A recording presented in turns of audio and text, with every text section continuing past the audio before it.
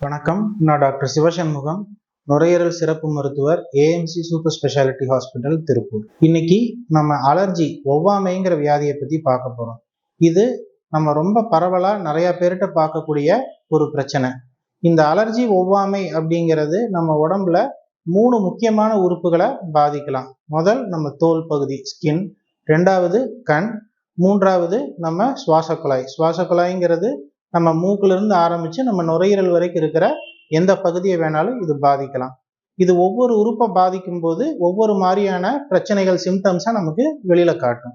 தோல் பகுதியில் இருக்கும்போது நமக்கு உடம்பு அரிப்பு மாதிரியான பிரச்சனைகளும், கண் பகுதியை தாக்கும் போது நமக்கு கண் எரிச்சல், கண் செவந்து போறது, கண்ணில இருந்து நீர் மாதிரி வடியறது நமக்கு தொந்தரவா தெரியும். சுவாச குழாயை பாதிக்கும் போது நமக்கு மூக்குல இருந்து நீர் மாதிரி வடியறது, மூக்கடைப்பு, தும்மல்.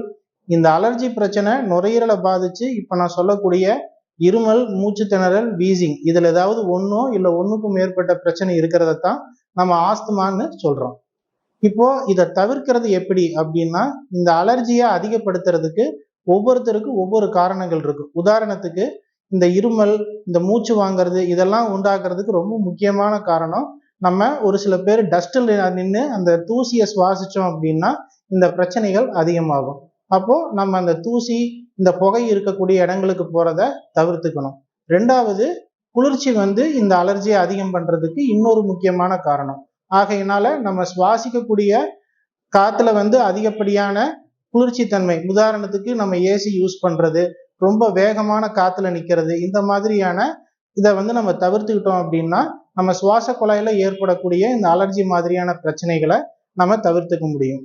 இது முக்காவாசி பேத்துக்கு சின்ன வயசுல இருந்தே இதுக்கான அறிகுறிகள் காட்ட ஆரம்பிச்சிடும்.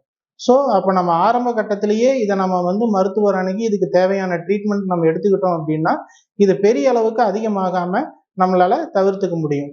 எந்த ஒரு மருந்து மாத்திரையினாலையும் இந்த வியாதியை முழுமையா இல்லாம செய்ய முடியாது. ஆனா நம்ம அன்றாட வாழ்க்கையில செய்யக்கூடிய சின்ன சின்ன மாற்றங்கள்னாலேயே இந்த பிரச்சனையிலிருந்து நம்மளால முழுமையா வெளியில வர முடியும். நன்றி.